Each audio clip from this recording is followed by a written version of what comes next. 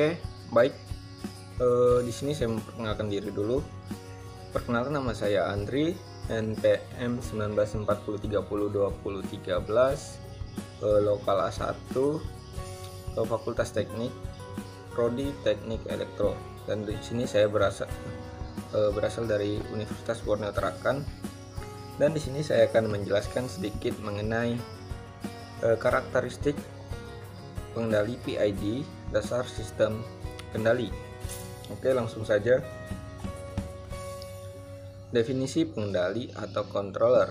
Di sini kita bisa lihat controller atau otak dari sebuah sistem. Jadi dia adalah intinya ya, pengendali ini. Yang kedua, menerima error atau ET sebagai input. Dan yang ketiga, menghasilkan sinyal kontrol atau UT. Dan yang keempat, UT menyebabkan kontrol variabel atau CT menjadi sama dengan set point atau RT. Oke. Selanjutnya, di sini kita harus tahu dulu apa itu PID. Nah, untuk PID sendiri, pengendali PID merupakan gabungan dari tiga macam pengendali. Yang pertama, ada pengendali proporsional atau proportional controller. Yang kedua, ada pengendali integral atau integral controller. Yang ketiga, ada pengendali turunan. Dapat dikatakan juga derivative controller. Oke. Untuk kontrol PID ini sendiri fungsinya digunakan untuk memperbaiki performansi sistem melalui perbaikan respon. Misalnya untuk mengurangi atau menghilangkan steady state error atau memperbesar kecepatan respon. Oke, steady state sendiri ini adalah stabil maksudnya. Oke, next. Spesifikasi perancangan sistem kontrol. Yang pertama ada ketelitian atau akurasi. Yang kedua, speed of response atau kecepatan respon ya. Yang ketiga ada setting time, ini lebih lama. Dan yang keempat ada stabilitas. Oke, jika sebuah kontrol stabil dan hanya memerlukan perbaikan respon, maka yang dilakukan adalah menggunakan alat-alat PID yang mengcovernya. Dan sebaliknya, jika tidak terjadi ketidakstabilan, maka untuk memperbaiki respon tersebut pada sistem ditambahkan kompensasi. Nah, perbaikan sistem kontrol itu ada dua cara ya. Yang pertama menggunakan PID controller, dan yang kedua menggunakan teknik kompensasi. Nah, apa yang dimaksud dengan teknik kompensasi ini? Teknik kompensasi ini merupakan teknik untuk memodifikasi penguatan dan sudut fasa agar menghasilkan perbaikan terhadap gain, yaitu penguat, margin, dan parsa margin. Oke, selanjutnya. Nah, di sini kita harus ketahui fungsi dari pengendali atau controller. Nah, di sini terdapat dua fungsi kendali ya, dua fungsi pengendali, yaitu yang pertama ada membandingkan output plan atau nilai aktual dengan set point, yaitu input referensi ya. Nah, yang kedua mengirim sinyal yang sesuai ke elemen kontrol akhir. Nah, secara umum di sini kontrol itu dibagi menjadi dua. Yang pertama itu final control element untuk pengendalian on off. Yang kedua ada final control element untuk pengendali continue. Nah, contoh dari kedua kontrol ini Contoh final control element untuk pengendali on off. Di sini misalnya solenoid, valve, heating element, electrical contractor, motor, dan lain-lain. Oke, contoh final control element untuk pengendali continue dapat dilihat, yaitu control valve damper. Oke, di sini kedua kontrol ini menggunakan pengendali P, PI, PD, dan PID. Oke, nanti kita bahas apa itu P, pengendali P, apa itu pengendali PI, apa itu pengendali PD, dan PID. Oke, selanjutnya, nah di sini terdapat jenis-jenis controller. Controller yang pertama, controller dua posisi, yaitu on off. Nah, yang kedua, controller proporsional P ya, kita bisa lihat di situ. Yang ketiga, ada controller integral, bisa dikatakan I. Yang keempat ada PI controller, dan yang kelima ada PD controller, dan yang keenam ada PID controller. Oke, selanjutnya ini ada on off controller dua posisi. Di sini kita bahas. Nah, di dalam sistem kendali on off, untuk memperoleh sinyal keluaran sistem dapat dilakukan dengan mengambil dari sinyal keluaran pengendali, yaitu UT. Nah, yang cenderung tetap pada salah satu nilai maksimum atau minimum.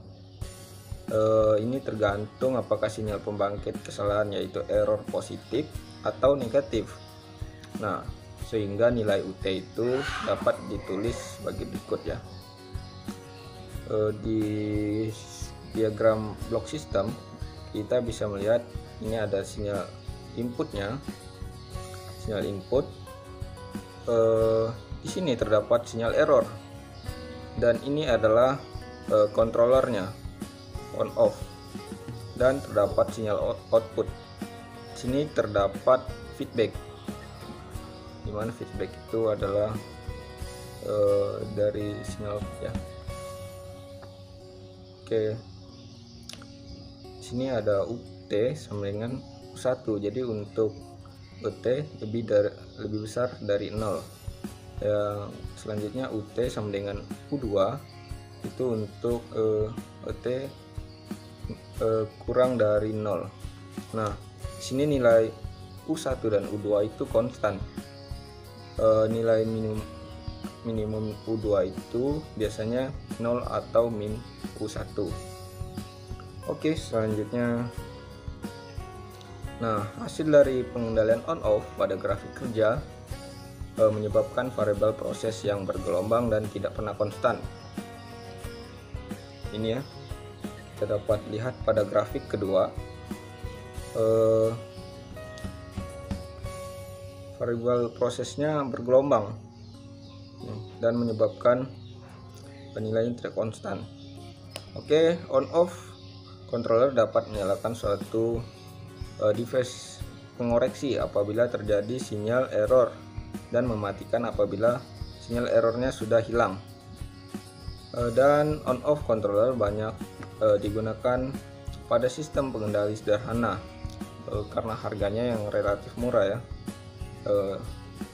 Salah satu pengontrol on off yang sering digunakan yaitu relay, di mana relay ini dapat diterapkan pada pengendali suhu, setrika, dan pompa air. Ya, selanjutnya di sini ada proportional controller P. Nah, proportional controller P ini menghasilkan output yang sebanding dengan input. Dapat dikatakan juga output sama dengan input ya. Persamaan matematis untuk pengendali proporsional, UT sama dengan KP kali ET. Dan pada blok diagram untuk pengendali proporsional terdapat KP. Fungsi ahli untuk pengendali proporsional ini US per ES sama dengan KP. Nah, KP ini tadi merupakan konstanta pengendali proporsional. Oke, next. Nah, selanjutnya yaitu cara kerja proportional controller. Oke, naik turunnya nilai pada grafik ini kita bisa lihat pada grafik nilainya. Ini grafik atas dan ini grafik bawah. Naik turunnya nilai input diikuti oleh output dan besarnya sama dengan input. Oke, karakteristik dari proportional controller ini sendiri, yang pertama nilai KP lebih kecil. Jika nilai KP maksudnya lebih kecil, maka responnya lambat. Yang kedua, jika nilai KP diperbesar, maka responnya cepat mencapai steady state. Dan yang ketiga, ada jika KP diperbesar,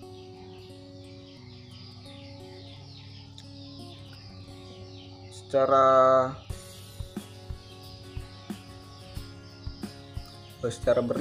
berlebihan ya. Jika KP-nya diperbesar secara berlebihan, maka sistemnya tidak akan stabil atau dapat dikatakan responnya berosilasi.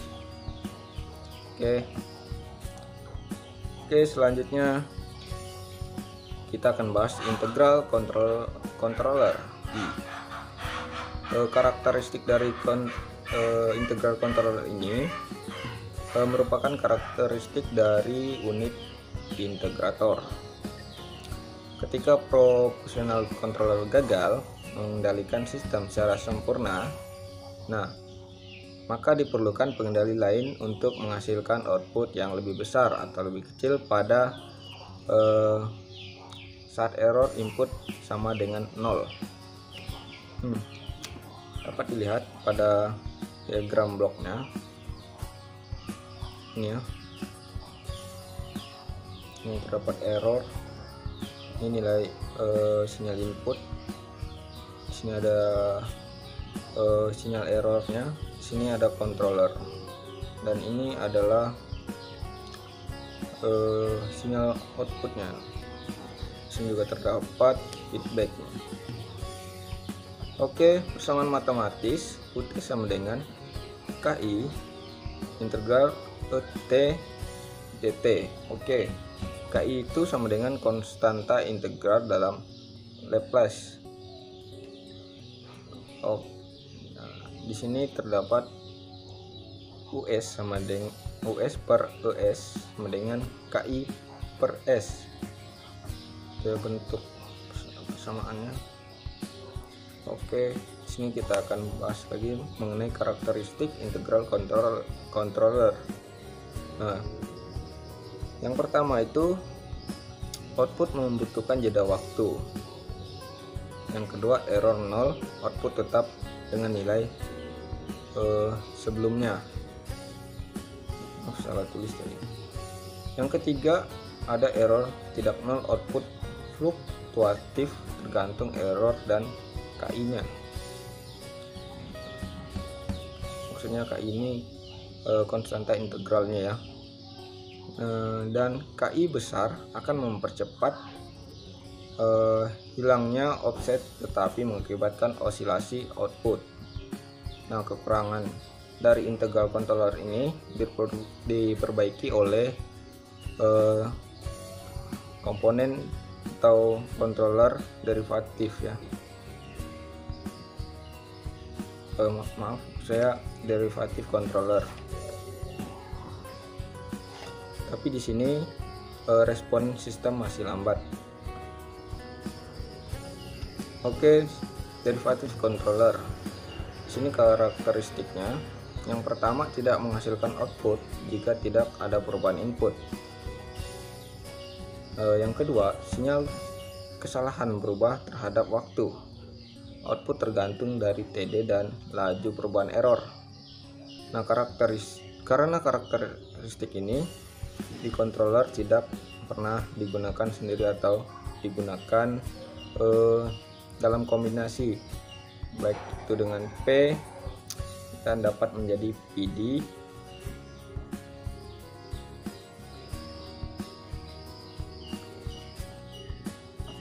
ya, saya menjadi PD ya.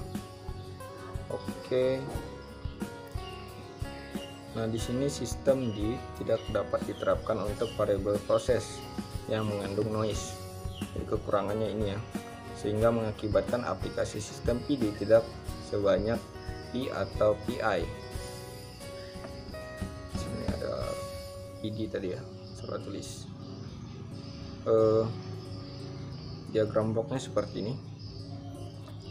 Nah, prosesnya kontrolernya seperti ini, TD kali S. Oke, selanjutnya PI controller.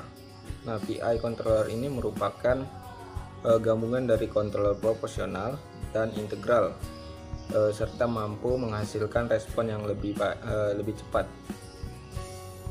Dan dapat dilihat di sini ada bentuk persamaannya. Di sini MT sama dengan KI T plus KP per TI integral E T dt. Oke, KP di sini yaitu konstanta proporsionalnya dan TI waktu integral. Oke, bentuk persamaannya seperti ini. Dan diagram bloknya lihat di sini, kontrolernya ini nilai dari ini. Oke, selanjutnya PD controller.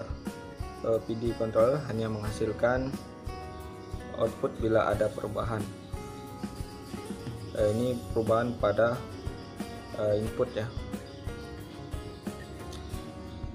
Nah, sini terdapat KP. KP ini adalah konstanta proporsional.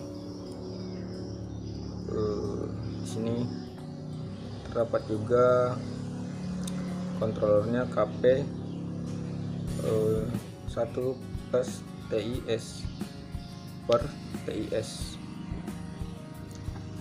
Oke, kira-kira seperti itu. Nah, karakteristik dari PD controller ini, yang pertama itu anticipatory atau rate control. Yang kedua, aksi kontrol pada diferensial. Yang ketiga, efek hampir sama dengan proportional gain yang tinggi. Dan yang keempat, respon sangat cepat.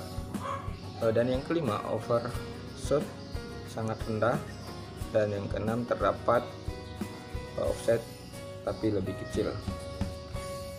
Oke, selanjutnya PID controller. Nah, pada PID ini komponen PID berguna untuk mempercepat reaksi sistem. Di sini dapat menghilangkan offset dan mendapatkan energi ekstra dari saat awal perubahan load. Oke, bentuk persamaannya seperti ini. Dan di sini terdapat diagram bloknya. Oke, karakteristik dari PID controller ini, yang pertama itu paling bagus dan paling mahal. Yang kedua, integral menghilangkan offset, diferensial menurunkan overshoot dan waktu osilasi. Dan PID controller ini diterapkan pada sistem yang sedikit lambat dan tidak ada noise ya. Oke, mungkin sekian pemaparan materi dari saya. Jika ada kesalahan, mohon maaf. Dan di sini saya akhiri. Terima kasih.